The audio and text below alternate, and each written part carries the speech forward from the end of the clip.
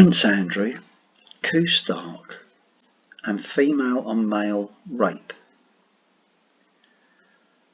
Prince Andrew and Stark, according to the press, started a relationship in February 1981.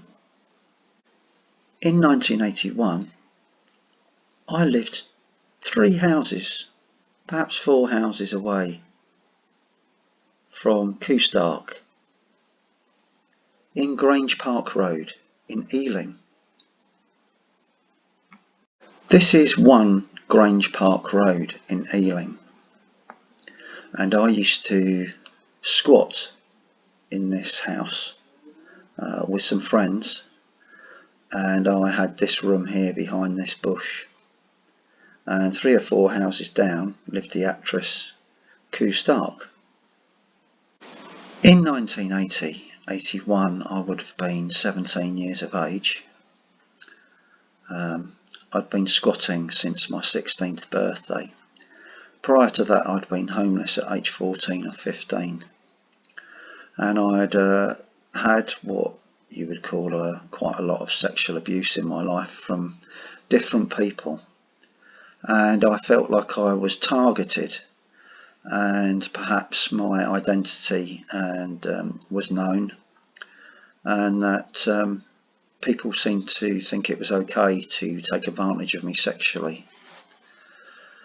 As you can see,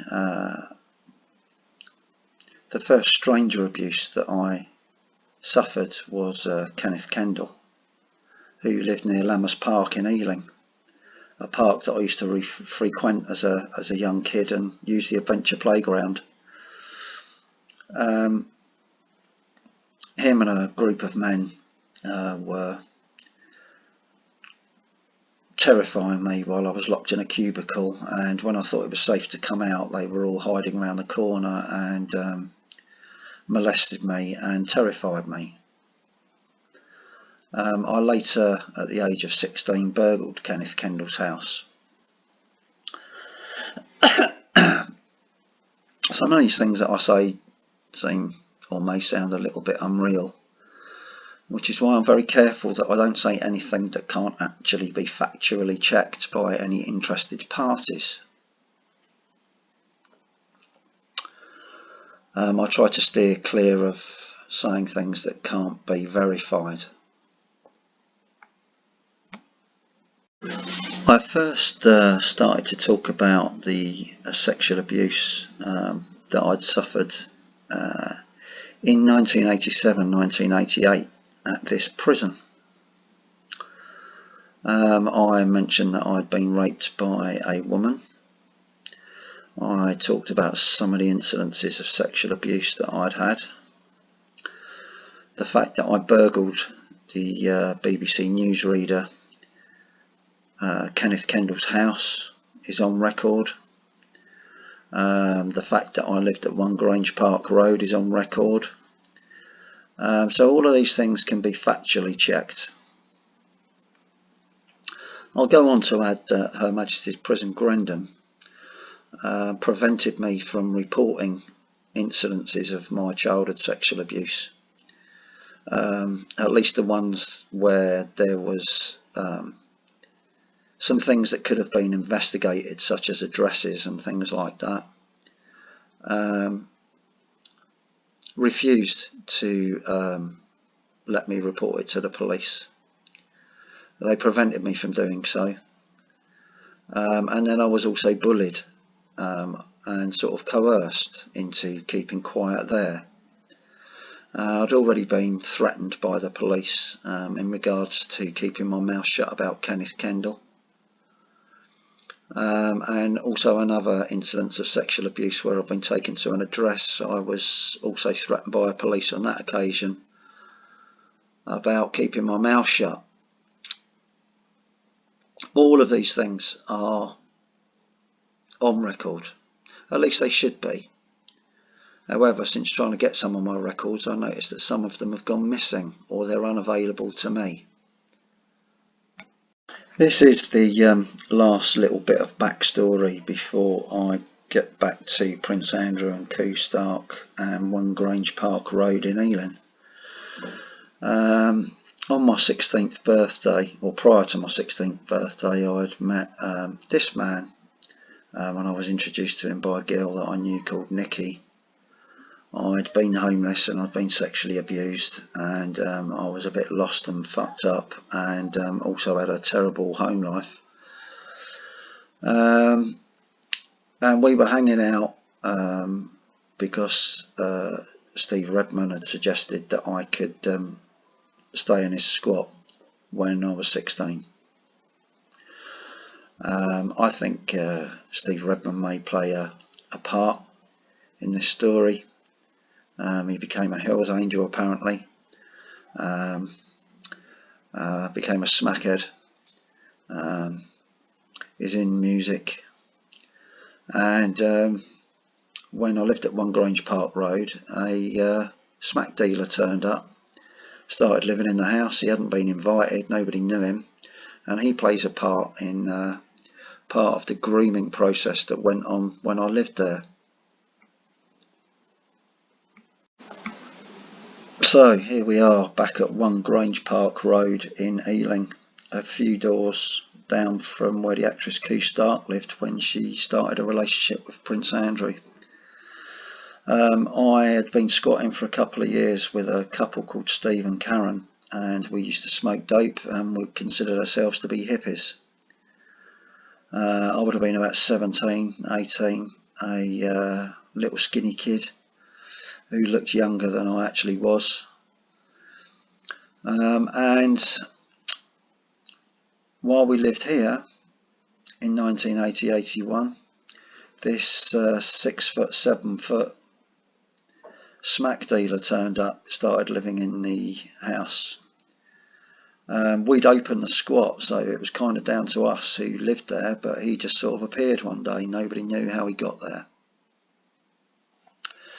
He was really on my case and he was trying to groom me for some purpose, and I didn't really know what that was.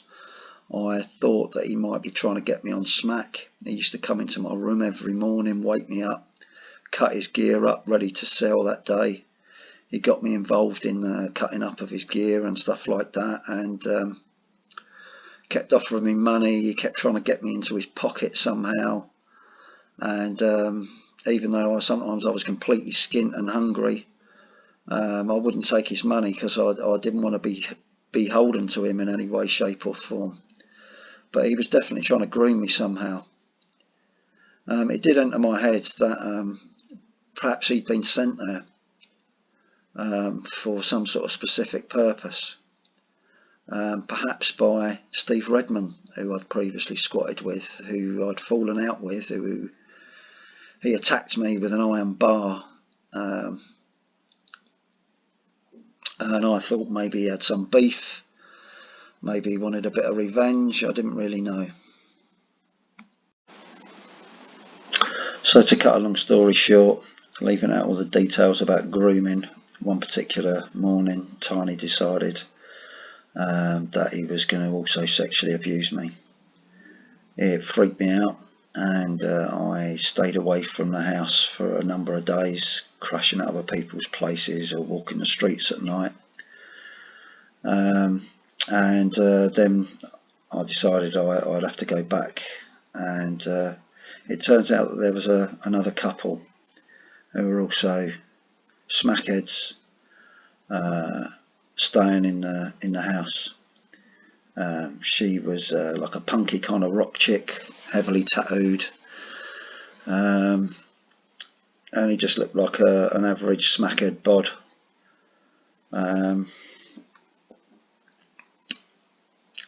But I was also clearly disturbed, and nobody really sort of wanted to ask me about that. And I went and stole a bottle of whiskey and went and watched TV, which is something I didn't usually do, and got pissed. I then decided that I just wanted to get completely out of it and escape my reality. So I went to Steve and Karen's room and got a bag of mushrooms, my share that we were saving. And this couple came in and were offering me some quite heavy tranquilizers. The name escapes me in a minute. but I also got some of those, so I took those, got totally wasted and passed out. The next thing I knew, I was in my bed lying on my back, and Karen was on top of me having sex with me. Now, she had on a long black velvet gown with a hood. The hood was up, the gown was open, she was naked underneath it, and she was having sex with me. And this totally freaked me out. So I put my hands up to try and push her off, but I was completely out of it. She grabbed my hands and she put my hands to her breasts, and I pulled my hands away. She put her hands on my chest and continued to have sex with me, and I passed out again. What has this got to do with Kustark and Prince Andrew? Well, quite possibly nothing, other than the fact that it was 2 or 3, 4 doors down from where Kustark lived, and they were seeing each other at that time. So although Kustark and Prince Andrew were a couple of doors down from where I was squatting, how could I possibly make any sort of connection that they may have been involved? Or how crazy would I have to be to even think that they may have had some involvement?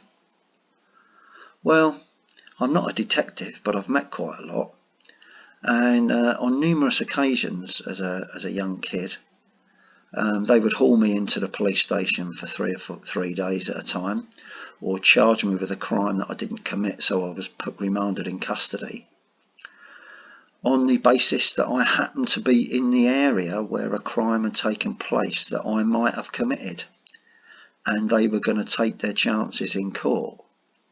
So basically, a car got stolen and I was seen in the area, and that was enough to charge me with stealing a car. So I'll use that same logic here. Now, a few years before, Kustark made this film called Emily, The Awakening of Emily, an erotic film.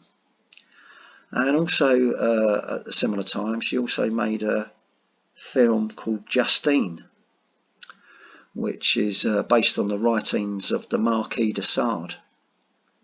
Now, of course, Prince Andrew might have seen these films. That may have well been his interest in Kustark.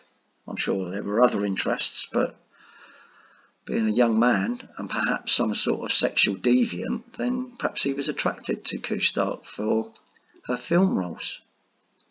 So I know I may well be putting 2 and 2 together and making 5. I'm not brilliant at maths, but the connections go on. Who directed the film, the erotic film Emily? Well, it was directed by Henry Herbert, the 17th Earl of Pembroke.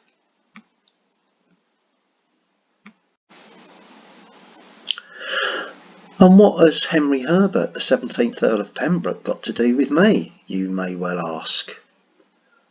Well, apart from directing a film that Kustark was in, he also has a daughter that I've met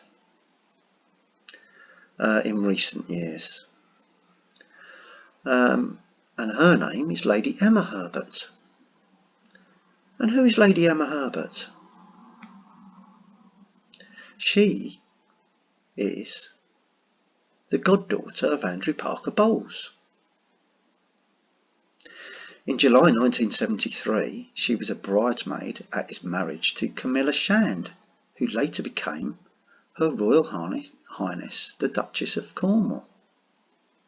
Now, what are all these fucking royals doing in my life? Lady Emma Herbert Vickers. I was sent to her house to do some work, and she deliberately ripped me off.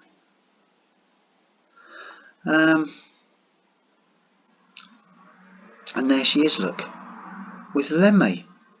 And who does Lemmy know? Lemmy knows Steve Redman. And what is it about her? She was born in a creative family with a film director for a father.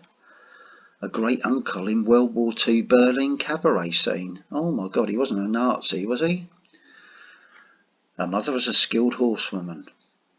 She grew up in a home full of art, sculpture, actors and performers. How jolly lucky, eh? I grew up on the streets as a 14, 15-year-old homeless kid. But here I am, with all these fucking royals around me. She was inspired to be a performer herself. She forged her own route on Daddy's money. Grew up fast, living with punks in the anarchist Lower East Side of New York City. And then joined the groundbreaking sculpture performance rave collective, the Mutoid Waste Company. Now there's a lot of people around here fucking with my life. And I've got to wonder why. You work it out.